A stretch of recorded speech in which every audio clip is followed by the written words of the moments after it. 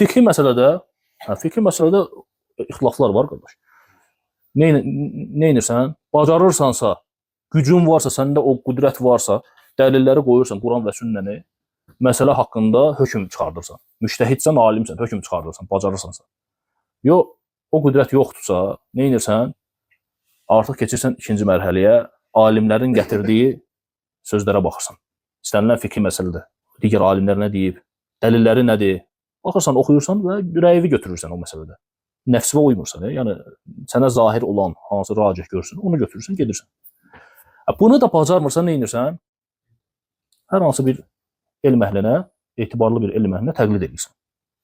Fəsəlu əhlə zikri in kuntum la ta'lemun. Bilmirsənsə, zikr əhlindən soruşun. Şəxs ammidirsə, yəni elm əhli deyilsə, sıravi bir müsəlmandır, dəlilləri də bilmirsə, ola bilər dəlilləri bilmir. 100 dənə dəlil gətirsən də, bu 100 dənə dəlildən bir şey ortaya çıxarda bilməyəcək. Bu vəziyyətdədirsə, onun üzərinə düşən nədir? Təqlid eləməkdir. Siqa, doğru, dürüst, elm əhli saydığından təqlid edir. Sualını verir ona, ondan fətvasını götürür, əməl edir. Yəni burada artıq özünə nədir? Təsəhhül əhli, rahatçılıq axtarmalı deyil. Nəfsinə uyğun bir fətva axtarmalı deyil. Etibarlı bildiyi elm əhlindən sualını verir, cavabını alır. Bu cavab mənim xoşuma gəlmədi. Mən gedim bəlkə o birisindən nəsə bir mənə sərf eləyən bir fətva tapa bilərəm. Belə olmaz. Yəni dinində siqa gördüyü, yəni etibarlı gördüyü elm əhlinə sualını verməlidir. Əhli zikr əhlindən soruşmalıdır. Onlar da ona cavab verirlər. Özünün götürdüyü rəyi təbii ki deyəcək sənə. Sən elm əhlinə sual verəndə o nədir? O hansı rəyi götürübsə onu sənə, o fətvanı verəcək sənə. Sən də sanki onun rəyi ilə əməl edirsən. Və sənə hökmü deyəndə təfsilatı ilə də demirlər. Bu məsələdə hökm budur, dəlillər budur, ixtilaf budur, burada ixtilaf var. Belə yox. Sənin özünün götürdüyü rəyi deyəcək. Sən də o rəyi götürsən, əməl edirsən. Bu da insanların usulü dindən qeyri məsələlərdə, furu dində olan təqlid məsələləri idi. Aydın oldu.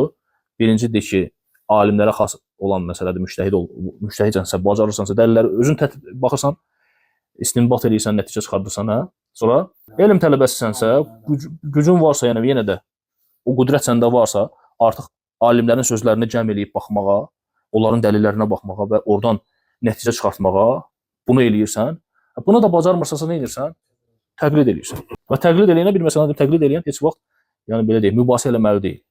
Sən təqlidlə bir məsələni götürmüsənsə, başqa adam başqa rəyi götürübsə, sən öz rəyini başqasına ilzəmlə məcbur eləyə bilmərsən. Çünki sən təqlidçisən. Təqlidçi mübahisə eləyə bilməz. Mübahisə eləmək istəyirsənsə, qardaş, qayıt Quran sünnəyə, gətir dəlilləri, artıq nədir? Quran sünnədən dəlillərlə gətir qoy qabaq. Bunu bacarmırsa, təqlidçisənsə, əməl elə.